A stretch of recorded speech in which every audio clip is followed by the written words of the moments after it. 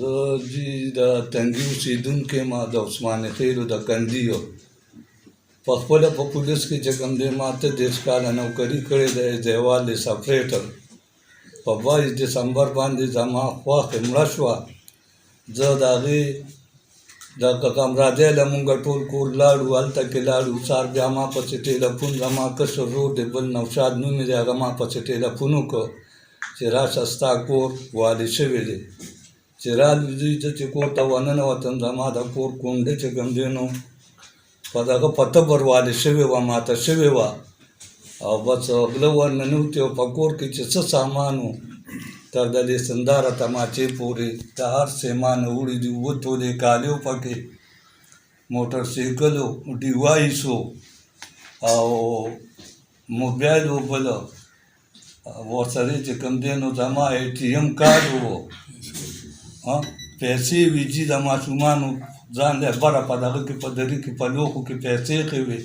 قسمو چې هغه یې دغه کړي دي هغه هر څه یې راغېستي، جامې مامې هر څه راته په ځمکه نوستلې وې، شیندلې وې.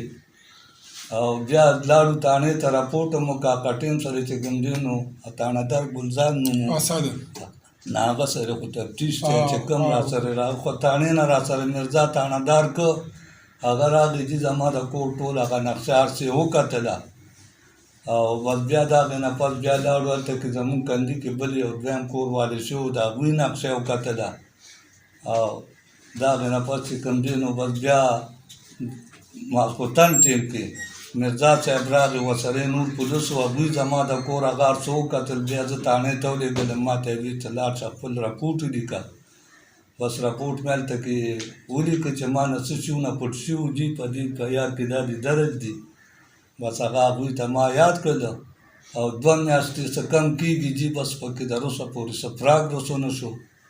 نو زما چې کوم دی نو IG صاحب ته، RPO صاحب ته، DPO صاحب ته دا خواست کوم چې بس پولیس دې په دې کې جي لږه کاروایي تیزه کړي او زما د اغلا چرچا کړي چې بس دا سړي بس ونیسي.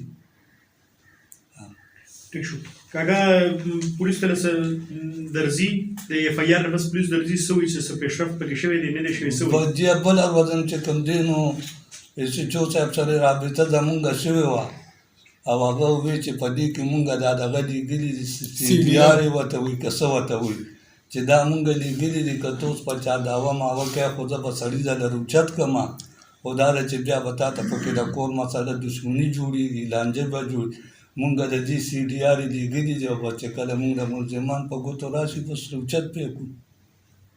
تاسو په چا اوس شک شبهه نشته که نو بس جي بس اوس ته کندي خبره ده جي نو د بار څوک نه زما کور جي داسې ځای کې په ما د چا لار هم نشته. او چې کوم ټیم کې دا دغه شوي مونږ خو د شپې نه لاړو، زما غفاق مونږ خو ټول کور د شپې نه لاړو وو. سهار ټیم کې چې بیا لکه راسې 2-3 ګنټې د سهار نه مخکې مونږ هلته لاړو. بیا چې کوم ټیم کې دا بانګونه ویلي شوي دي او خلک د جمع مانځله ته به دقه ټیم کې چې کوم دی نو زما کور له درز ورکړی شوی دی، په تبر باندې کونډې ماتې کړي دي، ښه درزار یې کړي دي. او بس هغه د چم ګاونډ خلک وایي چې مونږ نه دي اورېدلي، سم نه دي اورېدلي. هغوی نه چا خوا کورونه کوم دي هغوی وایي مونږ درز اورېدلی دی.